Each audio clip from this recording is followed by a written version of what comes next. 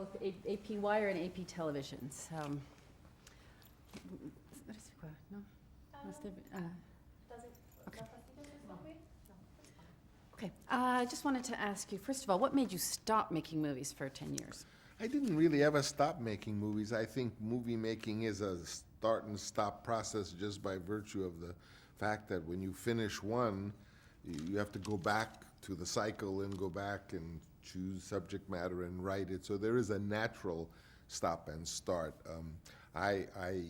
If you then start to write a project that takes a long time or that you ultimately have difficulty achieving what you were trying to do, or even, God forbid, you have to abandon because you decide you haven't been able to succeed in what you want to do, or you couldn't get the finance to do such a film. There are many dangers that would stop you.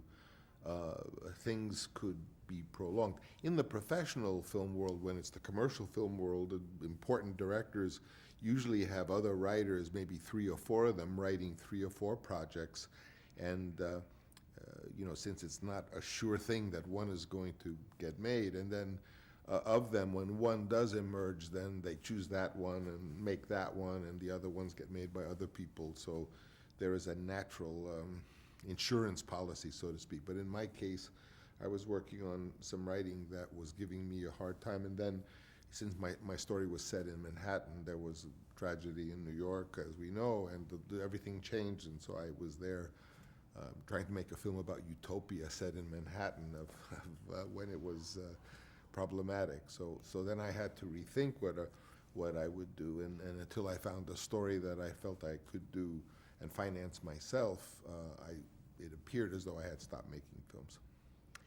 How much is this film, Youth Without Youth, about you, as you were sort of referring right now, about a major project, life's work, not able to complete it? Was that a little bit you there? Well, I have never made a film without writers saying to me, well, aren't you Michael Corleone? Aren't you a Machiavellian? You'll do anything to make a film. Or aren't you Kurtz? Aren't you a megalomaniac? Or aren't you Tucker? Aren't you? So if you're making films from your heart, and not just having 4 projects developed and taking the one that works out the best, you're bound to be putting yourself into the project and into the character, because all you have to work with is yourself. There was something in the press packet, a choice of words that jumped out at me that said this movie enriches the language of cinema. How is that? Who said that? It's in the press packet. It sounds like that's a good review, but I don't think it is. No, it's in the one. I understand, but I don't know where that came from, No. other than to say that the film did set out to try to understand things that are at first hand hard to understand. Like consciousness. How do you describe consciousness, and particularly in film language, of what we'll call film language, which is how we shoot and how we have close-ups and we have ways to express this and that. One of the most difficult things to express in a film is what someone is thinking inside their head, because if they're not talking to another character in dialogue, and if you're not just going to have a voice going on over shots of his face, that you're limited in how to do that. And I was, of course, in this story, you're sort of forced to try to invent ways to find a visual expression for things like dreams, or how do you express a person having dialogue with himself, other than just 2 voices. So in this film there are a number of very simple new conventions to express dreams or dialogue back and forth with oneself. Okay, someone handed me outside a sort of nasty review in Varieties calling it mishmash plotting, stilted script, overly talky tale, and ponderous dialogue. What do you respond to that critic? Well, that sounds like a review of Apocalypse Now or any number of films I made. I don't know who wrote the review. Mishmash is an easy way to not say anything other than that they didn't like it. So that type of review is not unfamiliar to me, and incidentally not unfamiliar to films that have later on become classics. So you're not bothered by Nobody likes to get a bad review. I mean, from Variety, you sort of expect it. I asked the same question to Alexandra, and she told me it's a democracy and benvenga, welcome. Do you feel the same way? No, I mean, I think Variety tends to have a certain agenda. It does. It likes to think of itself almost like a sports writer. You know, it wants to be the smart professional inside view. But they're as I said, I mean, they're often and in many cases usually wrong. They tend to be good to rate a good commercial project, well done, well written, well acted, but conventional. Okay, just last two questions. First of all, just a brief comment. You had a script stolen from a disc in Buenos Aires last month. Not at all. You're reading the press. They never tell you the truth. Okay, you tell me the truth. What happened?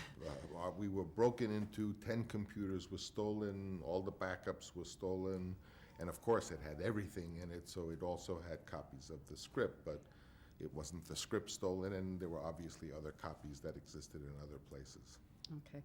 Last question. I was trying to get your daughter to come over and talk to us on the red carpet yesterday, but she was shy, didn't seem to want to come over. Tell me, you must be awfully proud of your... I'm very proud of her. Tell me what you think of her work and what she's done. I think her work is, usually she makes the most original films, notwithstanding Variety, because she makes usually the most original films of the year when her films come out. Do you want to add anything in our list? Yes, just really quickly, why such a movie for a comeback? You said that you kept on working, but it's still a comeback. It's your words, a comeback. I never went anywhere. Why is it a comeback when a director makes a film and then doesn't make it? Was Stanley Kubrick making a comeback every time he made a film every 11 years? You know, I mean, really be reasonable. A comeback is like when a fighter stops fighting and then goes and says, I'm retiring, and then makes a comeback. Who's to say what a film director's schedule has to be? AP? Variety? And since you take such interesting pleasure on camera to tell me obviously terrible review, do you want to tell me about any of the good reviews and get my reaction? I was just handed outside. No, personally, I thought the movie was beautiful and interesting. That wasn't the AP. It reminds me story. of when I made One from the Heart, and we had a screening in the Radio City Music Hall, and it was actually quite a positive screening, and we all went backstage, and there was a press conference, and the hands was, and the first reporter said, Mr. Coppola, how do you feel now that you know that everybody hates your film? I didn't know that. Or more interestingly, at the press conference for Marie Antoinette, when the same one of the 5 people in the press screening who booed the picture said to Sophia, how do you feel that you know that your picture was booed? 5 people booed the picture. They were one. So you get involved in this very provocative kind of encounter between the elements. I mean, I made the film in good nature. I put up my own money. I never thought that it was going to be the world's, it wasn't going to outgross, the Pirates of the Caribbean. But I felt, maybe there's a place for some kind of personal movie that I could make, good or bad, as long as it was interesting. I just hope my film was interesting, Or perhaps maybe later on people who didn't like it would like it or learn more about it, and probably even people who liked it would figure out that they didn't like it. I mean, it's a magical business, this making of films. You're exceptionally humble for a great master. Where are you from?